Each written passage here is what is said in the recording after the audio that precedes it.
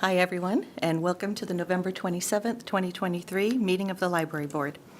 Will the staff secretary call roll, please? Maria Fisk, Present. Sophia Moreno, Here. Lakshmi Rao, Here. Kayla Scott, Present. Eileen Speaker, Here. Kim Ryan Unidad. Here. Will Board Member Scott please lead us in the Pledge of Allegiance? Yes, I will. All rise. I pledge allegiance to the flag of the United States of America and to the republic for which it stands, one nation, under God, indivisible, with liberty and justice for all. Thank you. Will the secretary read the procedures for addressing the Library Board today? Citizens addressing the board during public comment are asked to approach the podium and are limited to 3 minutes unless extended by the chair, and must be regarding items that are not listed on the agenda and are with the city's jurisdiction. The Brown Act does not permit any action or discussion on items not listed on the agenda. No action will be taken on items addressed under public comments. I will now open public comments. Are there any in the audience? Seeing none, we'll move on to the next agenda item. Next on the agenda is the approval of the minutes from our last meeting on September 25th, 2023. Is there a motion to approve? I'll move to approve. I second. I'm not sure how to caveat this. There is some minor punctuation that needs to be fixed, so I would approve on the condition that that's fixed in section 5.1. So, Yeah, we'll take a vote on that. okay. All in favor? Aye. Aye. Any opposed? Motion passed. Moving on to the next section. Next on the agenda is item 6.1, a proposal to consolidate the Parks, Recreation, and Libraries Commissions and Boards.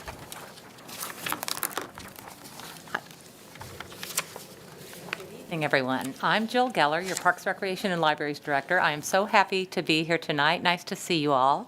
And tonight I'd like to share some information with you regarding a proposal to consolidate the boards and commissions that fall under the Parks, Recreation, and Libraries Department. So there are 3 commissions and boards that fall under the Parks, Rec, and Libraries Department, and the first is the Library Board. I know you're all very familiar with this group, and you know that the Library Board is a 5-member board with 1 youth commissioner, and the Library Board meets bi-monthly in January, March, May, July, September, and November. There is a Parks and Recreation Commission, which is a 7-member commission plus a youth commissioner, and the Parks and Recreation Commission meets monthly. And the Senior Commission is a 7-member commission. There is no youth representative on this group, and the Senior Commission meets quarterly in February, May, August, and November. So on this slide, you'll see the current membership of each of these groups. On the left, you see the Parks and Recreation Commission. In the center, you see the Library Board members, and on the right are the senior commissioners. So members of these boards and commissions serve staggered terms of 4 years, with no member serving more than 2 consecutive terms. Youth commissioners serve a 1-year term. And you'll see that the terms for many of these current members end in December of 2024. The asterisks indicate that these members are eligible to reapply when their current term ends. So staff proposed that these 3 groups consolidate into a single Parks, Recreation, and Libraries Commission effective January 1 of 2025. That means that all the current board members and commissioners whose terms end in 2024 will serve the remainder of their term. And while there are still specifics to be worked out to determine who would serve on the new Parks, Recreation, and Libraries Commission, one option could be that those whose terms end in 2026 would become the inaugural members of the new Parks, Recreation, and Libraries Commission, again, effective January 1 of 2025. And those whose terms end in 2024 and are eligible to reapply may do so if there are vacancies available on the Parks, Recreation, and Libraries Commission at that time. There will continue to be a youth commissioner on the Parks, Recreation, and Libraries Commission who serves a one-year term, and it's proposed that this new commission meet monthly. So one reason we bring this before you is we think there are many benefits to consolidating these groups. First, it will provide a more meaningful experience for the commissioners and board members with topics that relate to a wider range of topics relating to parks, recreation, and libraries. Meetings are canceled occasionally, more often with the other two groups than with your group, and so this consolidation would result in fewer meeting cancellations since there will be more topics to cover. Sometimes there are just insufficient topics to justify a meeting for the other groups. And a consolidated Parks, Recreation, and Libraries Commission better reflects the mission, vision, and goals of our department as one united department.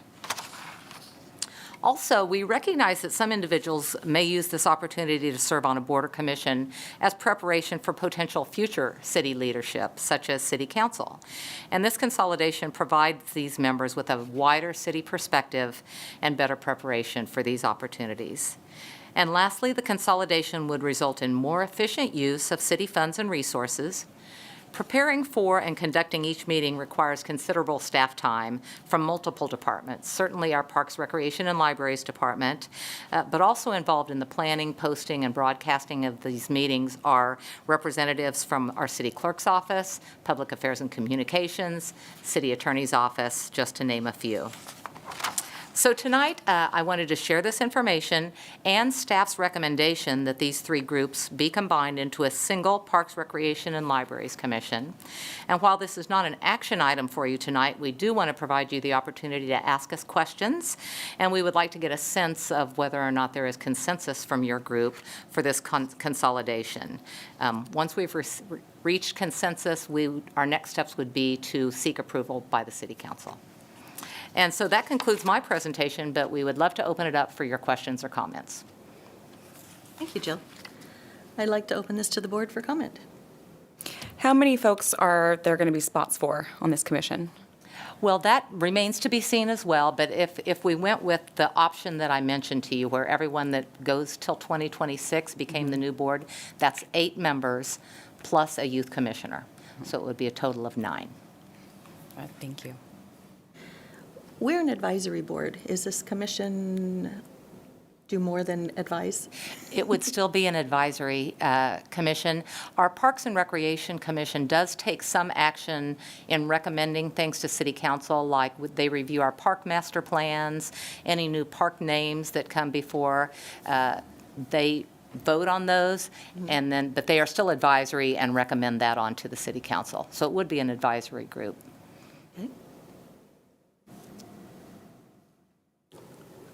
Okay. Hi, Jill. Hi. I have a question. Jill is my mentor in leadership, Roseville. So, I know that your department, your staff, have probably thought this through already, and you have come up with some assumptions of what are the advantages of it. But may I know if there was anything that is disadvantageous if we do this?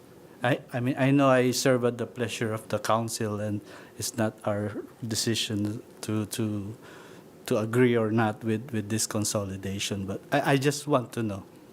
I would say that the only hesitation or concern has been to ensure that all 3 groups still have a voice, that we talk about senior issues, that we talk about library issues, that we talk about parks and recreation issues.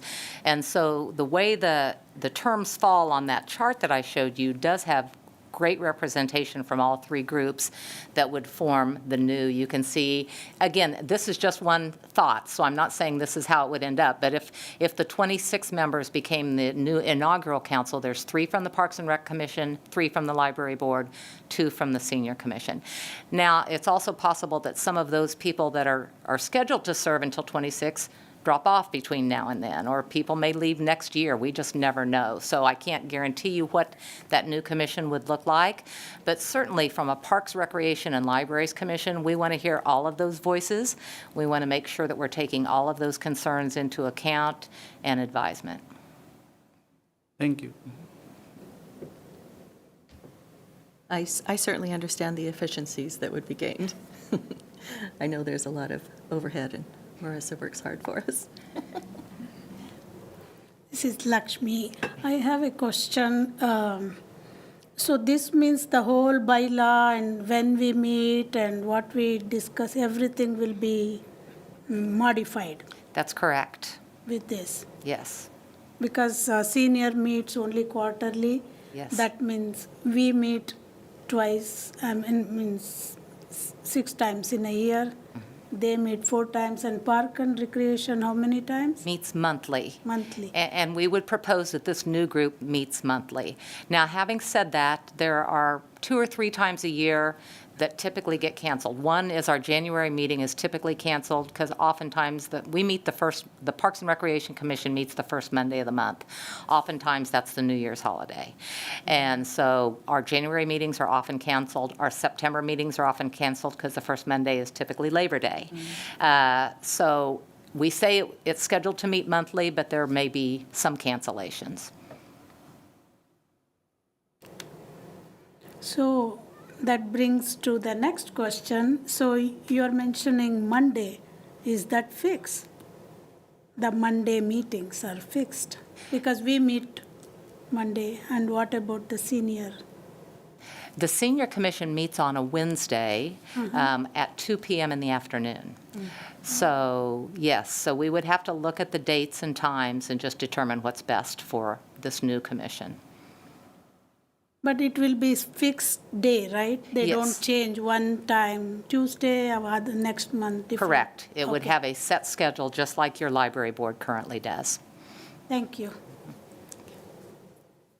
I'll just say thank you, Jill, for your presentation, for sharing this with us. I think it makes very good sense to align with the department, and certainly the amount of staff time that would be saved here is really substantial. So thank you for sharing with us how this might look. Thank you. I'd now like to open this to public comment. Seeing none, we will move on to the next agenda item. Thank you very much. Thank you. Our next agenda item, 6.2, is the library community engagement.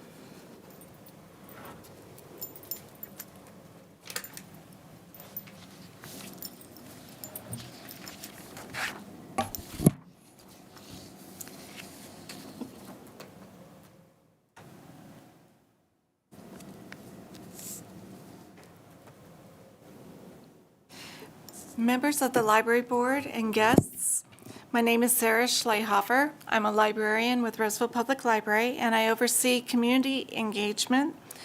Thank you for this opportunity to share specifically with you what we do in outreach and community partnerships. Our facilities, as I'm sure you're aware, are busier than ever, with the library space evolving into workspaces for community members. So why do we do outreach? Outreach gives us an opportunity to directly hear from various individuals what resources and services they could benefit from, and also gives us an opportunity to inform and educate what we currently have to offer to the community. So when planning for outreach, we spotlight, prioritize, and prepare for what audience we're trying to reach. Are we balanced with adding new audiences of various needs? What is the purpose? Are we informing, educating? What past experience have we had? How do we improve our delivery and presence? And what is the capacity with trained staff? Are we looking through an equity lens as we serve a changing community? Having success with outreach and creating community partnerships requires building relationships based upon trust and oftentimes a lot of time. So this slide shows a snapshot of just a few of the diverse groups we work with. We work closely with our educators and schools, including public, private, and homeschool communities. We're branching out to local businesses for programs, events, and partnerships. We welcome the opportunity to share the stage with our community partners. We look to sustainability for work done with these service providers, and we reach our community where they are. by going to their events or creating customized presentations to fit their audience needs. I will share more stories on some of these things in coming slides. So where do we go? Our public elementary school connection is very strong. With the support from the Friends of the Roseville Public Library, we do literacy presentations for the third grade initiative discussing the importance of reading and reading well. We led Overdrive to work with Roseville City School District elementary students to gain access for digital content without the need of a library card through a platform called Public Library Connect. We partner with the Fig Tree Coffee, Art, and Music Lounge on Vernon Street to host a local author talk series. This coordination between the Fig Tree, local authors, and Roseville Public Library blends a full cultural program together. And the two pictures with the owl in it on this slide here feature the teens with Blue Line Art who designed and painted a decorative mural for our downtown library children's pod, and it shows the wise owl with spread wings and books flying everywhere. It's quite remarkable. So why do we partner? All outreach efforts are tailored to the group we are trying to reach. We often attend recreation events to share our services, and when we're at school events or programs, we share recreation information. Trailibration is an example of how well parks, recreation, and libraries coordinated efforts to bring a fun, outdoor, citywide event to our community. City partnerships are beneficial. Read with a Cop or supplementing a barbecuing with a cop in the park are ways to reach an audience for conversation and building that trust in the community. The Roseville Police Department held a series this past fall sharing safety tips to adults of all ages, plus the community experienced an open forum and opportunity to have their questions answered. How do we reach out? We do Zoom to share summer reading. We perform story time. The middle picture there is a story time at the fountains where hundreds can share the joy of literacy. We partner with the Utility Exploration Center for dozens and dozens of school tours. It amazes me to have a parent bring their school tour child back to the library the same day to get a library card or a reading recommendation. And finally, the last picture here, we recognize parents as the primary educator for their child. And so with National Night Out outreaches, this photo shows a book can be enjoyed anywhere.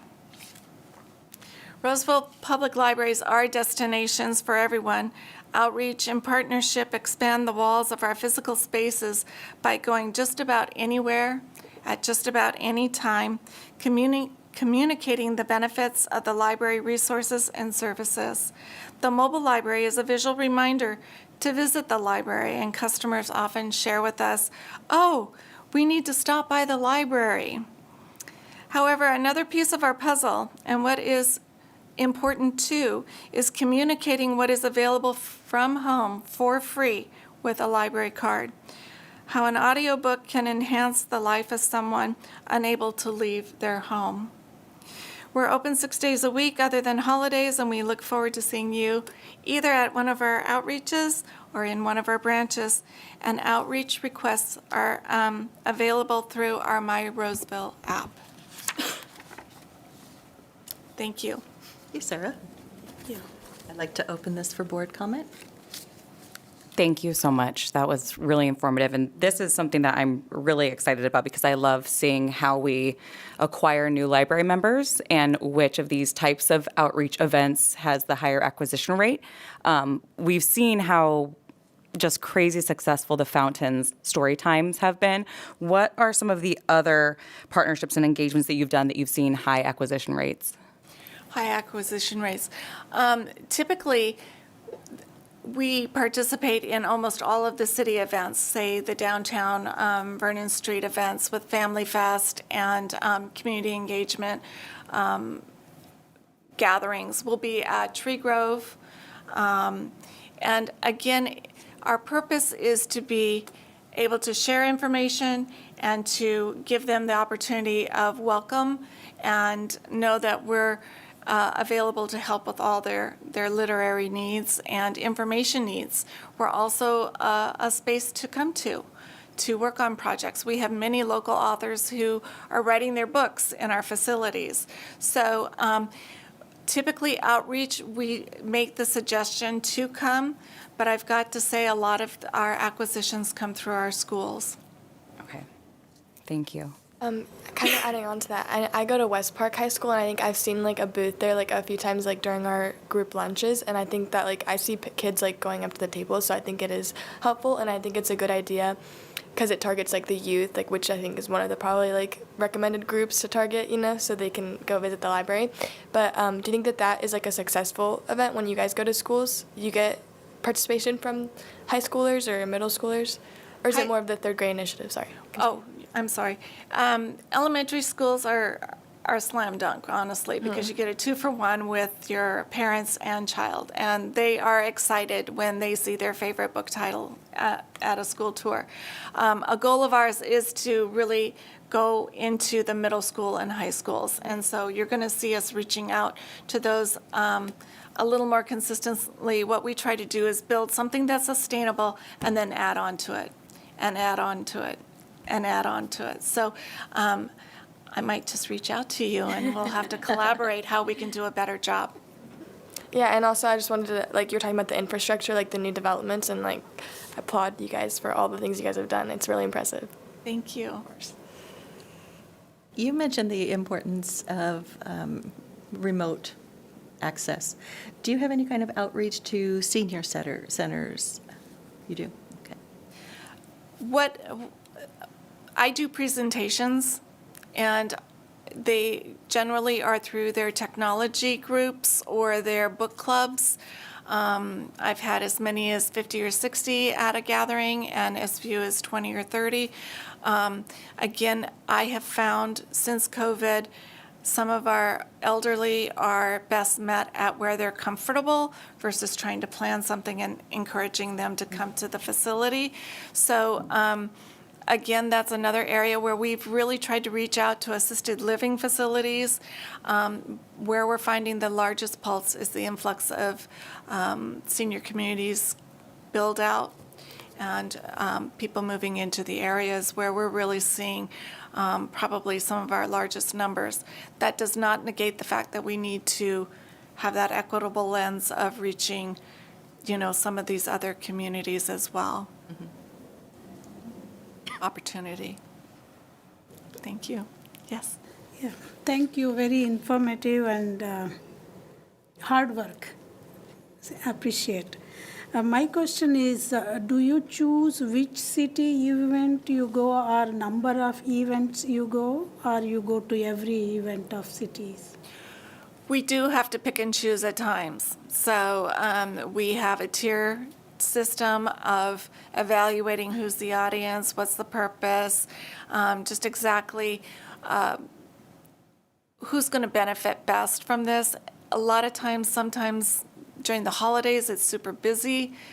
October is one of our largest months for outreach with school tours and harvest fests and fall festivals and things like that. So if a school will ask us more than once a year, we'll typically say we'll come once a year to try and make our presentation and assist. But if it is a literacy presentation for a classroom where a teacher is asking us to come in and inspire their children for access to reading, that's a real hard one for me to say no to.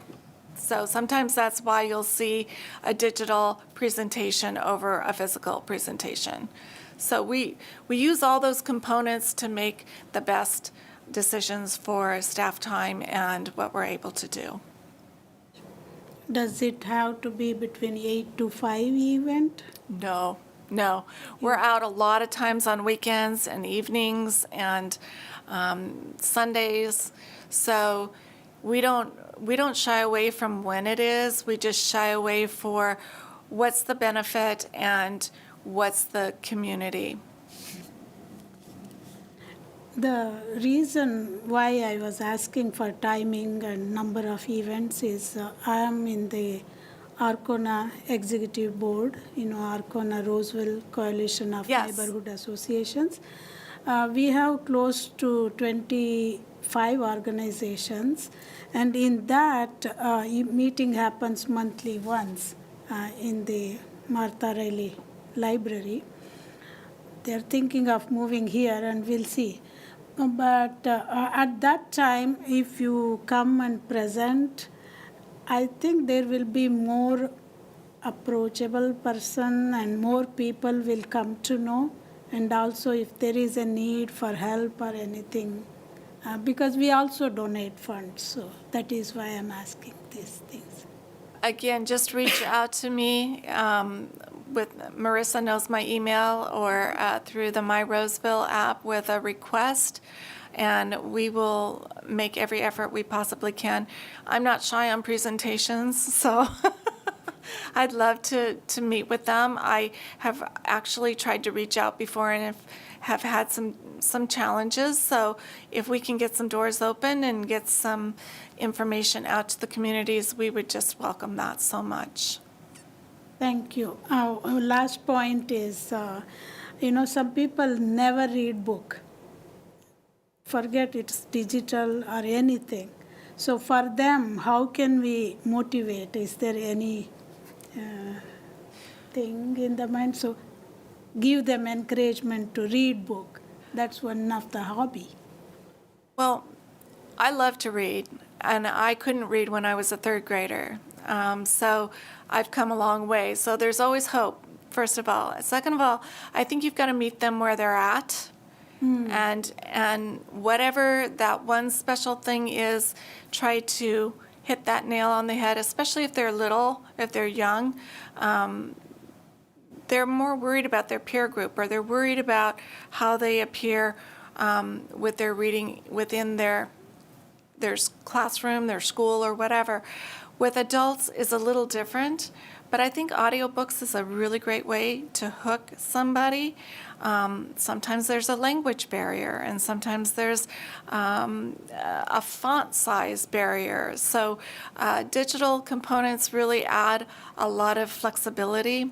We also partner with the California State Library California State Library for the Braille and talking books, and that's not just for folks with sight impairment, but actually for people with physical disabilities that have a difficult time punching small buttons or navigating a cell phone. So there's a lot of things that we could suggest and just really assist with. So I always take it on an individual basis, not on like do this, do that basis.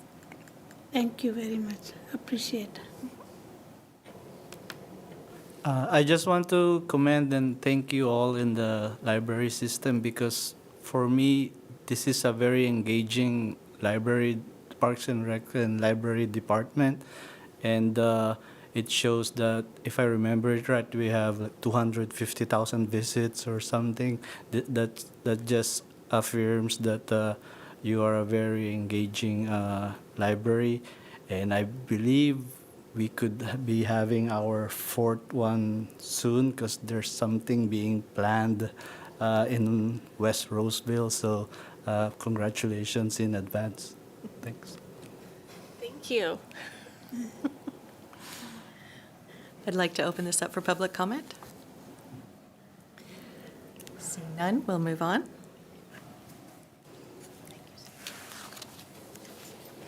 Are there any other topics to be discussed today?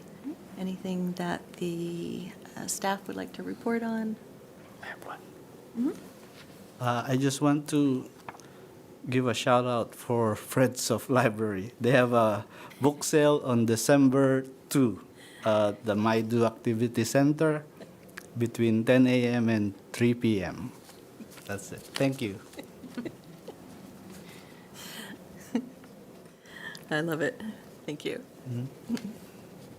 Yes. That concludes our agenda. Do we have a motion to adjourn? I motion. I second. All in favor? Aye. Any opposed? All right. The November 27th, 2023 Library Board meeting is adjourned at 6:30 PM. Thank you, everyone. Thank you. Last meeting of the year.